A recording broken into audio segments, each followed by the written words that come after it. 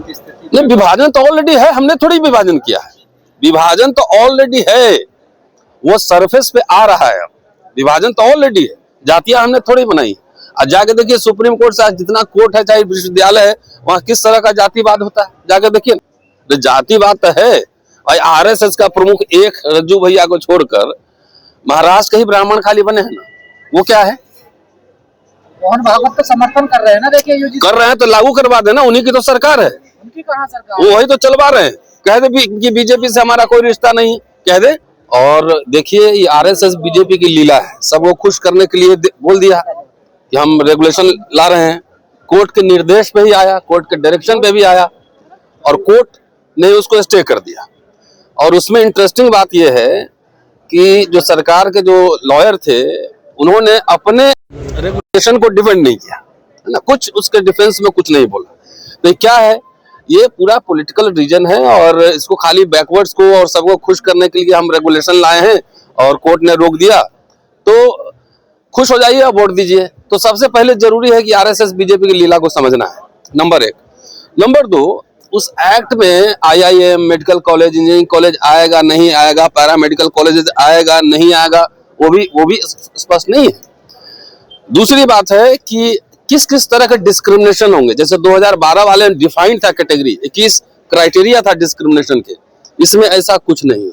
Committee principal के खिलाफ अगर कंप्लेन है तो हेड प्रिंसिपल ही करेगा, है? तो क्या न्याय मिलेगा? तो इसको और अधिक जो डिमांड था हम लोग का कि रोहित वेमुला एक्ट बनना चाहिए कठिनतम, इसको क्रिमिनल एक्ट माना जाए। इसमें ये भी डिफाइंड नहीं है, क्रिमिनल एक्ट है, सिविल एक्ट है, क्या पनिशमेंट होगा, क्या होगा, कुछ डिफाइंड नहीं है। तो एक वेग, एक जो ना खाना पूर्ति करके ये लाया गया था। इसका शुरू से पहले से भी मैं कह रहा हूं कि इसको और अधिक स्ट्रांग होना चाहिए। देखिए जज साहब को तो वोट नहीं मांगना है, जज साहब को नहीं मांगना है ना, मांगना तो पॉलिटिकल पार्टीज को है, बीजेपी को मांगना है और पॉलिटिकल पार्टीज को मांगना है।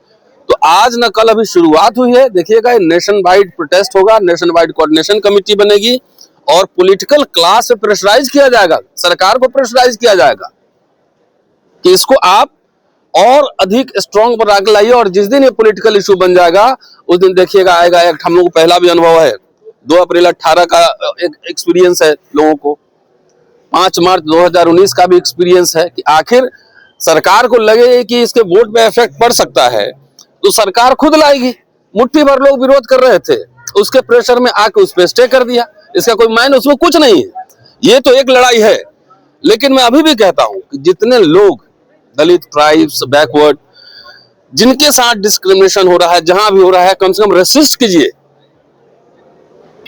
कहिए उसको कि हाउ डेयर यू, आपकी हिम्मत कैसे हुई, ये कहने की आदत डालिए। रेसिस्टेंस नहीं करेंगे तो वही लोग कानून बनाने वाला, वही लोग लागू करने वाला, आपको न्याय कहां से मिलेगा? रेसिस्टेंस करेंगे, resistance is the best way to protect ourselves. तो बाबा साहब ने कहा है ना कि nothing is more disgraceful for a brave man than to live a life devoid of self respect.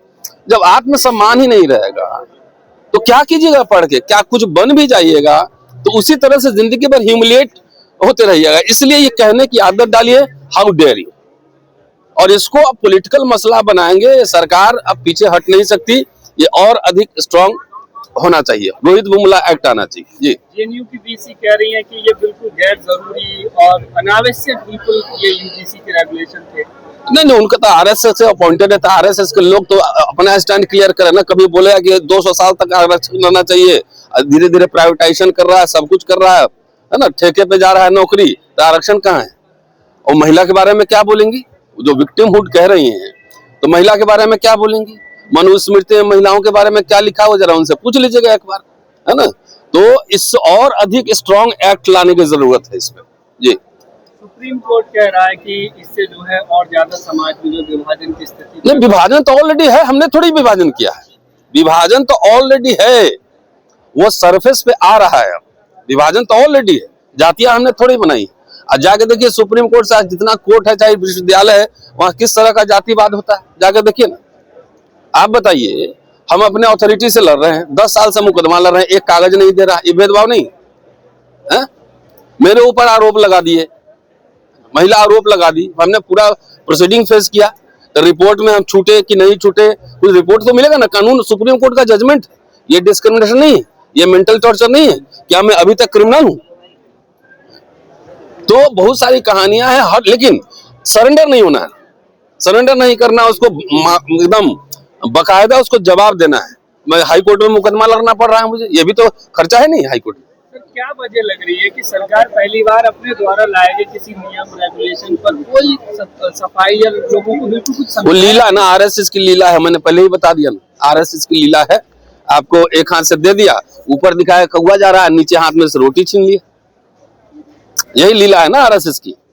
दिखाने के लिए दिखा दिया कि ला दिया और स्टे भी करा दिया। तो जाति बात तो है भाई, आरएसएस का प्रमुख एक रज्जू भैया को छोड़कर महाराष्ट्र के ही ब्राह्मण खाली बने हैं ना, वो क्या है? मोहन भागवत तो समर्थन कर रहे हैं ना, देखिए यूजीसी कर रहे हैं तो लागू करवा देना, उन्हीं की तो सरकार है, उनकी कहाँ सरकार वो वही तो चलवा रहे हैं। कह दे कि बीजेपी से हमारा कोई रिश्ता नहीं है, कह दे, तो या बीजेपी वाले कह दें कि आरएसएस से रिश्ता नहीं है, उन्हीं की सरकार है तो लागू करवाए ना, और नहीं करवाएंगे तो हम लोग लड़ेंगे, हराएंगे सरकार को। मामला तो कोर्ट में, अब सरकार क्या करे? क्यों? सरकार कोर्ट में तो रोस्टर भी था, कोर्ट से ही आया था ऑर्डर, SC/ST एक्ट भी कोर्ट से आया था। आप चाहते हैं अध्यादेश लाए सरकार? अध्यादेश लाए, रेगुलेशन नहीं एक्ट बने, अध्यादेश लाए, नहीं लाएगी तो हम लोग संघर्ष करेंगे, सड़क पे लड़ेंगे इनसे। SC/ST को खत्म कर दिया जाए, प्रोटेस्ट हो रहे हैं सब लोग। भाई इनका राज है, अभी तो इनका स्वर्णिम काल चल रहा है ना। SC/ST एक्ट है अभी तो लागू, कितना है, कितना % न्याय मिल रहा है, कितने थाने में केस हो रहे हैं, ये भी तो बताइए ना भाई। मैं तो सीधा एग्जाम्पल हूँ, इतनी लड़ाइयां चल रही है, आज तक हमको न्याय मिला क्या? हमको न्याय मिला? तो एक्ट तो है लेकिन इम्प्लीमेंट कहाँ है? कितना कन्विक्शन रेट क्या है, ये भी तो सोचिए। कितने थाने में रिपोर्ट हो रहे हैं? ब्राह्मण कह रहे हैं हमें आसान टारगेट बना लिया, चारों तरफ से हमें टारगेट। ये ब्राह्मण से लड़ाई नहीं है, ये लड़ाई जस्ट अनजस्ट की लड़ाई है, किसी समुदाय से थोड़ी, ब्राह्मण सिस्टम से है, सिस्टम से लड़ाई है, सिस्टम ऑपरेसिव है। ब्राह्मणवादी तो ब्राह्मण ही है ना? नहीं है, कैसे होगा? वो पूरा सिस्टम है ना, वो पूरा सिस्टम से लड़ाई है, किसी कम्युनिटी से नहीं है। बेकार अपने आप को कहने कि हमसे लड़ाई है, सर यूथ कांग्रेस के तो तानाशाही है ना। अजीम प्रेम जी यूनिवर्सिटी में भी कल AVP के लोगों ने हंगामा किया है ना, उसकी भर्त्सना करते हैं। ये तो डेमोक्रेसी कहाँ है? लीडर ऑफ ऑपोजिशन को बोलने नहीं दे रहे हैं, एक्टिविस्ट जो सवाल उठा रहा है उसको थाने में, जेल में डाल दे रहे हैं। तो ये तो तानाशाही, असली इमरजेंसी यही चल रहा है। उद्धव भान का बड़ा षड्यंत्र था इसमें, देखिए। हाँ, कुछ नहीं, सब साजिश, यही खुद रचने वाले साजिश रचने वाले यही खुद है। इमरजेंसी है आपने कहा। हाँ, एकदम अघोषित आपातकाल, उससे भी ज्यादा खतरनाक है। कोई फ्रीडम ऑफ एक्सप्रेशन नहीं है, जेल में पकड़ के डाल देता है, अभी डाइसेंट नहीं है। कहा गया कि जेल भरो आंदोलन कभी भी होगा। कितना जेल है, कितने लोगों को जेल में लेके जाए?